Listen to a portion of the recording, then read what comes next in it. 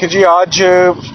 تقریباً ایک سال کے بعد دوبارہ ہم اسی لوکیشن پر کھڑے ہیں جہاں سردیوں میں پچھلے سال ہم سائفر عدت نکاح اور توشہ خانہ کیس میں ہم نے بیک ٹو بیک پروسیکیوشنز فیس کی اور کنوکشنز لی. سو سردیوں کے بعد تمام گرمیاں ہم اسی ایفرٹ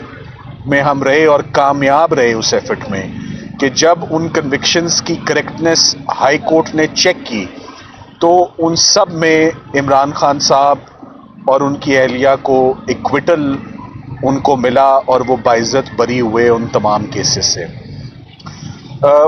آج القادر کیس جو گزشتہ ایک سال سے چل رہا تھا، آج اس کے فائنل آرگیومنٹس اپنے کمپلیشن کو پہنچے ہیں اور ابھی کچھ ہی دیر پہلے ہم کنسنٹ کے ساتھ اس میں عمران خان صاحب کی لیگل ٹیم کی اور سرکار کی کنسنٹ تھی کہ آج ہم لیٹ آورز تک کام کریں گے. میں اس بات کو کلیریفائی کرنا چاہتا ہوں. تو ہماری میوچول رضامندی سے ایک سال سے جو کیس چل رہا ہے، ہم اس میں اس لیے بھی چاہتے ہیں کہ تیزی سے فیصلے ہوں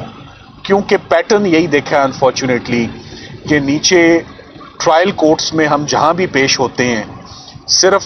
ٹائم کنزیوم ہوتا ہے اور میرٹس کو نہیں دیکھا جاتا اور اینڈ میں سزا ہو جاتی ہے اور پھر ہم فائنلی ایونچولی ہمیں ہائی کورٹ اور سپریم کورٹ کا دروازہ کھٹکھٹانا پڑتا ہے انصاف لینے کے لیے اور اس میں بڑا ٹائم صرف ہو جاتا ہے. تو جیسے کہ میں نے کہا پچھلے سال کی تمام سزائیں سردیوں میں ملنے والی گرمیوں میں جب ہم نے ان سے نجات حاصل کی ان سزاؤں سے، تو سرکار نے دوبارہ چونکہ کیسز سارے ختم ہو گئے اور عمران خان صاحب تمام کیسز میں بری ہو گئے اور باعزت بری ہو گئے اور وہ تمام کیسز بہت بری طرح سے ایکسپوز ہوئے، چاہے وہ عدت نکاح ہو، چاہے وہ سائفر ہو، چاہے وہ توشہ خانہ کیس ہو. تو آج ایک ہی دن میں دوبارہ دو کیسز کی دوبارہ سرکار نظر رکھے بیٹھی ہے کہ توشہ خانہ 2 کا آغاز کیا جائے اور القادر کو کنکلوڈ کیا جائے.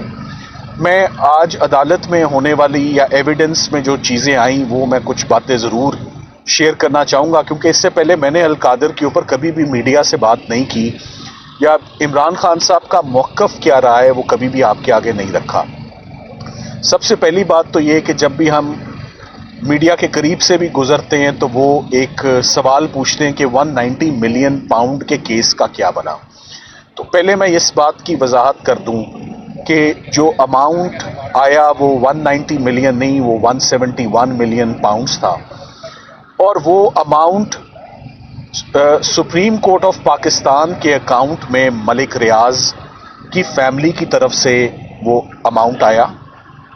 اور وہ amount supreme court of Pakistan میں تقریباً 4 سال پڑا رہا اور ایویڈنس میں یہ بھی بات آئی کہ اس اماؤنٹ کو رجسٹرار سپریم کورٹ نے ود دی کنسنٹ اس نے اس اماؤنٹ کو انویسٹ بھی کیا جس میں کچھ پروفٹ لگا. تو پہلی بات تو یہ کہ جتنے پیسے ملک ریاض صاحب کے Pakistan supreme court of Pakistan کے بینک اکاؤنٹ میں آئے وہ تمام کے تمام اس میں 1 روپیہ 1 پیسہ بھی اس میں کم نہیں ہوا بلکہ اس میں اضافہ ہوا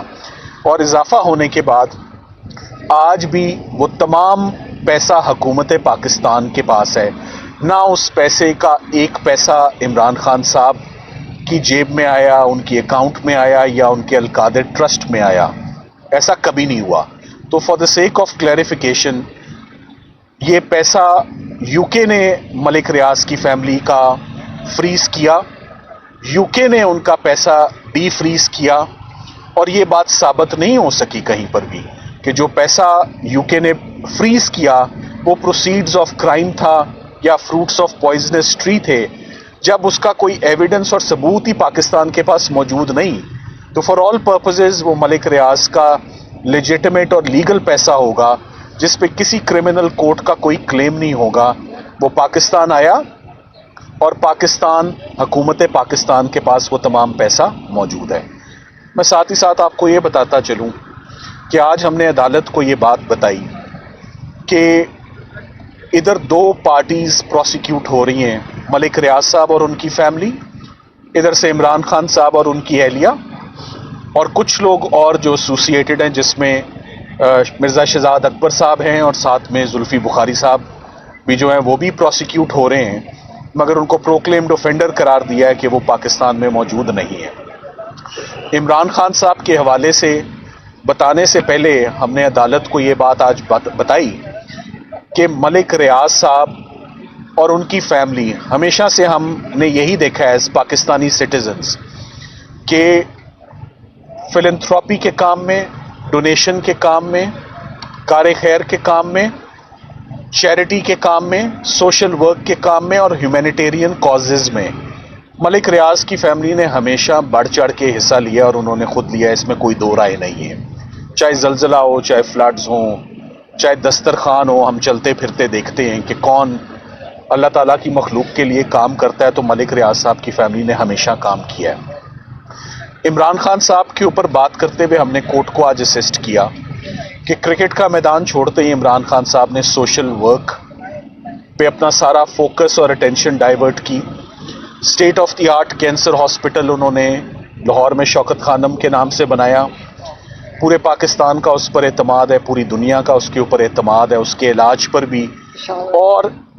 اس کے بعد اس کینسر ہاسپٹل نے وہ ایکسپینڈ ہوتا گیا اور پھر وہ پشاور گیا اور اب کراچی میں انڈر کنسٹرکشن ہے۔ اور ان پروسیکیوشنز کی وجہ سے خان صاحب نے آج بار بار کہا کہ اس بات کو ہائی لائٹ کرو کہ وہ کینسر ہاسپٹل کراچی کا نہیں بن پا رہا بیکاز 2 سال سے میں جو قید کاٹ رہا ہوں اور جو کرمنل کیسز ہیں اس کی وجہ سے ہم اپنے چیریٹی ورک کو ویسے آگے کنٹینیو نہیں کر سک رہے۔ عمران خان صاحب نے ٹرائل کورٹ کو اپنے جواب میں بڑا مفصل جواب انہوں نے لکھا ہے اور انہوں نے کہا ہے کہ پاکستان کی عوام نے آج دن تک یہ جتنا بھی چیریٹی ورک ہوا ہے یہ ان کی سپورٹ سے ہوا ہے، اور ان کے ٹرسٹ اور کانفیڈنس جو انہوں نے عمران خان صاحب کے قائم کردہ جتنے بھی چیریٹی اور ٹرسٹ ورک ہے اس میں دل کھول کے ہمیشہ ڈونیشنز انہوں نے دیے ہیں۔ کبھی کوئی انگلی نہیں اٹھی، کبھی ایک پیسے کی اس میں کرپشن نہیں ہوئی،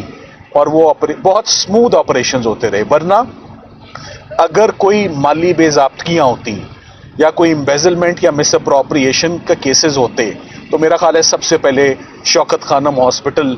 کا آڈٹ جو کروایا گیا اور جس میں کچھ نہ نکلا تو اس کے اوپر کیسز یہ بنائے جاتے۔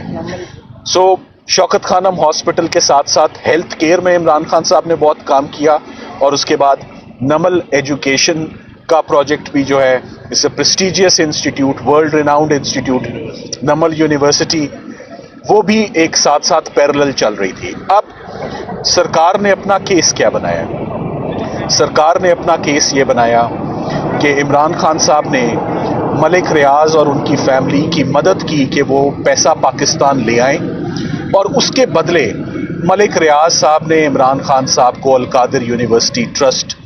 جو ہے وہ سپانسر کیا اور بنا کر دیا۔ جب آپ نیب کا ریفرنس پڑھیں گے اور چارج پڑھیں گے تو آج سے پہلے تک یہ تاثر آتا تھا کہ وہ ایک گوسٹ پروجیکٹ ہے، وہ ایگزسٹ ہی نہیں کرتا،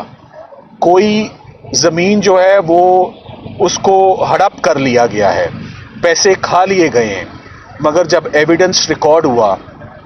تو یہ بات سامنے آئی کہ Al-Qadir university trust is functional, is operational, it exists with many students receiving free education, quality education. Government college Lahore سے افیلیٹڈ ہے،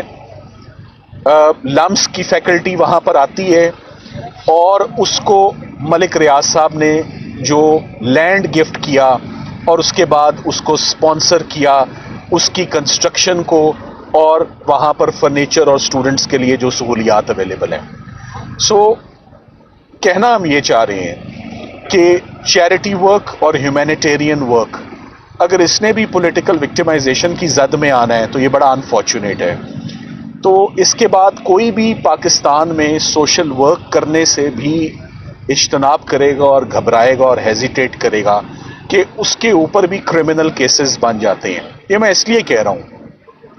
کہ میں یہ بات واضح کرنا چاہتا ہوں کہ اب تک کی جو ایویڈنس ریکارڈ ہوئی ہے، جو میرا خیال ہے کہ اس ایویڈنس کو پڑھنے کے بعد جج صاحب یقیناً عمران خان صاحب کو بری کریں گے، اور بری کرنے کے علاوہ اور کوئی چارہ نہیں کہ جب سرکار کے گواہوں نے یہ کہہ دیا کہ القادر یونیورسٹی ٹرسٹ کے جتنے بھی مالی معاملات ہیں اس میں عمران خان صاحب اور ان کی اہلیہ کی کبھی مداخلت نہیں رہی، کبھی ان کے اکاؤنٹ میں 1 روپیہ نہیں گیا، کبھی ان کو کوئی سیلری نہیں ملی، اور یہاں پر فری آف کاسٹ لوگوں کو ایجوکیشن دی جاتی ہے،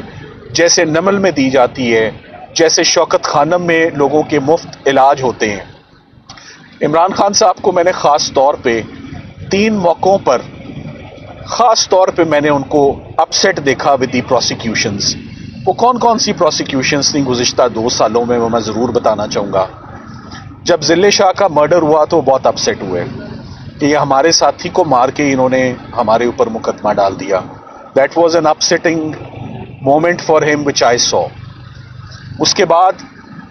جب عدت اور نکاح کا کیس آیا تو وہ اس سے بہت اپسیٹ ہوئے کہ یہ بلو دا بیلٹ تھا، یہ کیس کبھی نہیں آنا چاہیے تھا۔ باقی 280 کیس جو بنے ہیں چلو ان کی خیر ہے، مگر عدت اور نکاح از اے شیم فل کیس، یہ نہیں بننا چاہیے تھا۔ تیسرا، میں نے خان صاحب کو ریئیکٹ کرتے ہوئے ہمیشہ تب دیکھا ہے جب ان کو کرپشن اور ڈس آنیسٹی ایٹریبیوٹ کی جاتی ہے، اس پہ وہ بہت ریئیکٹ کرتے ہیں اور وہ کہتے ہیں یہ میں نہیں ہوں۔ اور کیس نے بھی اور ایویڈنس نے بھی یہی انڈیکیٹ کیا ہے کہ جتنی بھی آج دن تک ایفرٹس ہوئی ہیں ریپیٹڈلی کرمنل جسٹس سسٹم نے